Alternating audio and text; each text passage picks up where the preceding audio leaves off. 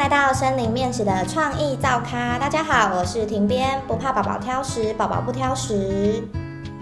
庭边，我们今天要做啥呀？今天要跟大家分享的是鲑鱼面团啊！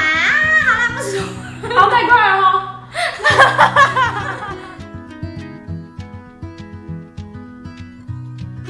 先将梗去除后，再切成小朵状。红萝卜切成片状后，再切成条状，再切成小碎丁。热锅后将鲑鱼放入，两面煎至金黄色，再将鱼刺去除。捣碎时再检查有无没有去除的鱼刺，检查完就可捞起备用咯。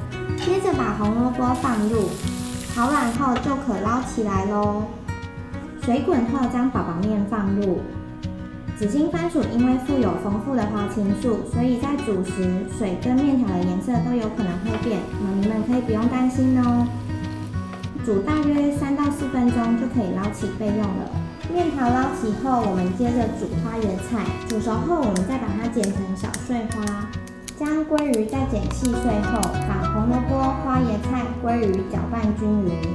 接着把宝宝面剪碎后，取适量的宝宝面放至保鲜膜上，放入食材，再盖上一层宝宝面。